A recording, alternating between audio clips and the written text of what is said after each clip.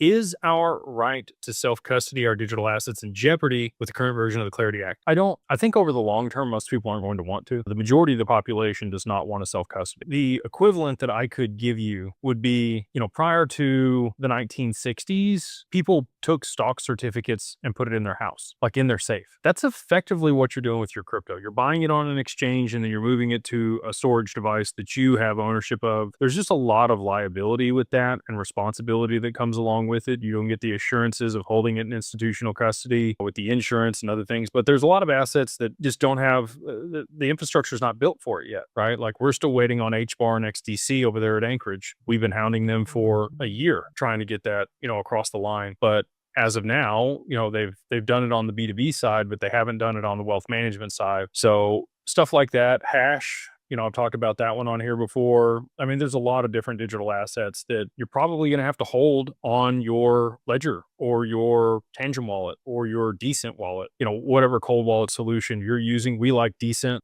I think it's people's right to self-custody. If you wanted your stock certificates, you could probably go get them, but I don't know how many people are going to do that at this point. Right? Like it's much easier and safer to transfer those electronically and have them held with a custodian. That's why BNY Mellon has, 60 plus $trillion in AUC or assets under custody. I think that people over the long term, especially as quantum computers and other things come to market and are at scale, there's just going to be a lot more potential for loss. Not that there isn't already. People get scammed all the time. Unfortunately, I don't think it's in jeopardy. We actually advocated when we worked with the SEC to draft the rules for that people could still hold assets on their own cold wallet. So with all that being said, I don't think it's going to go away anytime soon, but I do think that there will be, probably an adoption of institutional custody at scale. And we're working on solutions for that right now.